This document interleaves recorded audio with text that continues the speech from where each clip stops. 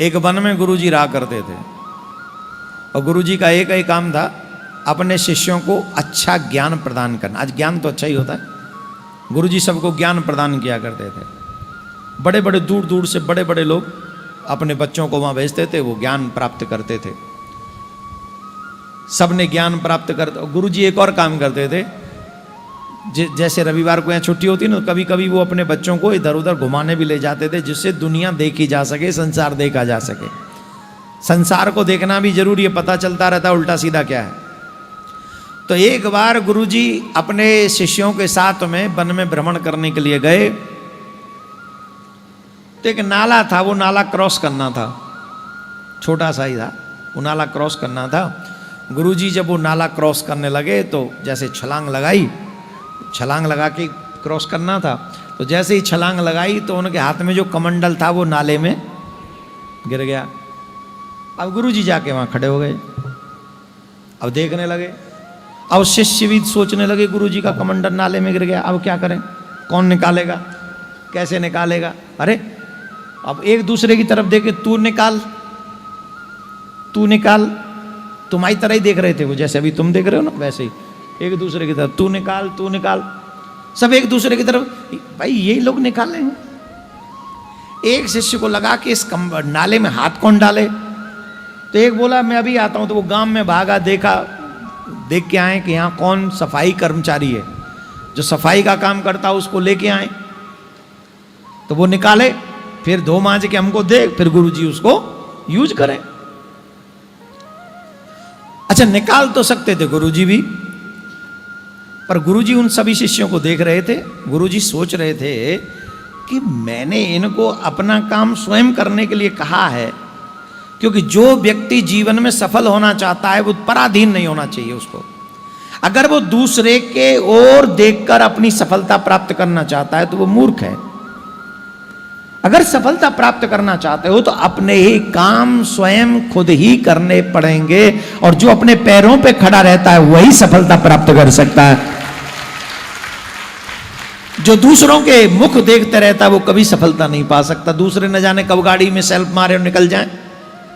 गुरुजी ने बहुत ज्ञान दिया था, और गुरुजी बोले ये तो फिर भी एक दूसरे का मुंह ताक रहे हैं, फिर भी और देर प्रतीक्षा करी, देखें तो सही कितनी देर रुकेंगे। तब एक कोई शिष्य था, उस शिष्य को लगा कि नहीं, जितनी देर यहाँ प्रतीक्षा कर रहे हैं मेरे गुरुदेव को, उतनी देर ठीक नहीं है। तो उसने धीरे धीरे हिम्मत जुटाई और नाले में हाथ डाला और वो ढूंढने लगा कमंडलू। अब वो कमंडलू मिले ना नाले में, नाला थोड़ा गहरा हो गया होगा, गहरा होगा। अब गुरुजी देख रहे हैं हाथ तो डाला पर खुद नहीं डल रहा है। फिर चेले को लगा कि कुछ भी हो जाए मुझे गुरुजी का कमंडल लाना ही है, तो पूरा नाले में उतर गया, और पूरा नाले में उतरकर वो कमंडल को ढूंढने लगा, और वो कमंडल मिल गया, और वो कमंडल निकाल कर सीधा नदी में गया, स्नान किया, स्नान करके कमंडल को धो मांज के लाया, और गुरुजी को वो कमंडल पवित्र करके स्वच्छ करके पकड़ा दिया, पकड़ा दिया। गुरुदेव ने उससे बहुत प्रसन्न हुए और आशीर्वाद दिया। पर यहां पर एक प्रश्न है आप सबसे, जितने शिष्य बैठे हैं उन सब से, हम कौन से चेले हैं? प्रतीक्षा करने वाले या नाले में उतरने वाले? झूठ मत बोलिएगा, झूठ मत बोलिएगा। मेरे मुंह पे कह के चले भी जाओगे तो भी प्रियकांत जी को पता है कि तुम कर क्या रहे हो। यह सच है कि कमंडल तो गुरुदेव भी निकाल सकते थे, यह भी सच है कि वहां अधिकांश शिष्य खड़े रहे और उन्होंने नाले में उतरने की साहस नहीं जुटा पाए, लेकिन यह भी सच है कोई एक था जो उस नाले में उतर गया और कमंडल को लेके आया और ये सिद्ध किया जो कर्म करता है सफलता उसी को प्राप्त होती है। यही याद रखिएगा, कृष्ण जन्म भूमि का ये जो उद्देश्य है, जामा मस्जिद की सीढ़ियों से कन्हैया को वापस लाने का जो उद्देश्य है, हम सबको इस गंदगी में, जो गंदगी मचा रखी है लोगों ने, उस गंदगी में हमें उस नाले में उतरना होगा और उतरकर अपने कन्हैया के उस छवि को वापस लाना होगा। और जब उतरेंगे तभी वापस आएंगे, उससे पहले नहीं आएंगे।